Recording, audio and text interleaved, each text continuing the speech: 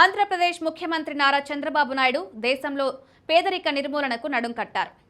P4 కార్యక్రమాన్ని ప్రజా ఉద్యమంగా మార్చాలని పిలుపునిచ్చారు. ఈ మేరకు సచివాలయంలో నిర్వహించిన సమీక్షలో ఆయన పలు కీలక ఆదేశాలు జారీ చేశారు. ఈ సందర్భంగా #ఆమె మార్గదర్శి క్యాప్షన్తో P4 లోగోను ఆవిష్కరించారు.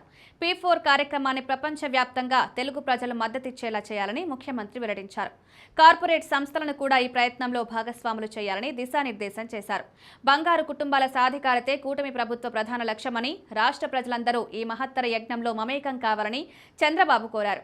ఈ వీడియో కాన్ఫరెన్స్లో ఎమ్మెల్యేలు, జిల్లా కలెక్టర్లు, నియోజకవర్గ స్పెషల్ ఆఫీసర్లు పాల్గొన్నారు. అయితే సీఎం చంద్రబాబు సంచలన నిర్ణయం తీసుకున్నారు. తన సొంత అసెంబ్లీ నియోజకవర్గమైన కుప్పంలో 250 బంగారు కుటుంబాలను దత్తత తీసుకున్నట్లు ప్రకటించారు. ఈ కార్యక్రమంలో తన కుటుంబ సభ్యులు మార్గదర్శులుగా భాగస్వాములవుతున్నారని తెలిపారు.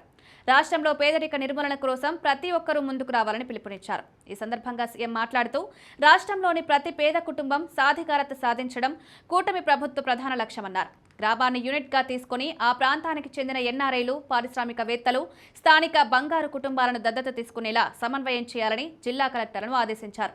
బంగారు కుటుంబాల అవసరాలపై జరుగుతున్న సర్వేను ఆగస్టు 10 లోపు పూర్తి చేయాలన్నారు. ఆగస్టు 15 నాటికి 15 లక్షల బంగారు కుటుంబాలను మార్గదర్శులు దత్తత తీసుకునేలా చూడాలని సూచించారు.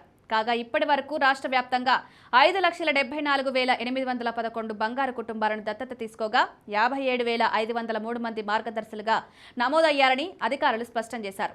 లక్ష్యం పూర్తవ్వాలంటే మరో 2 లక్షల మార్గదర్శులు అవసరమని సీఎం దృష్టికి తీసుకెళ్లారు.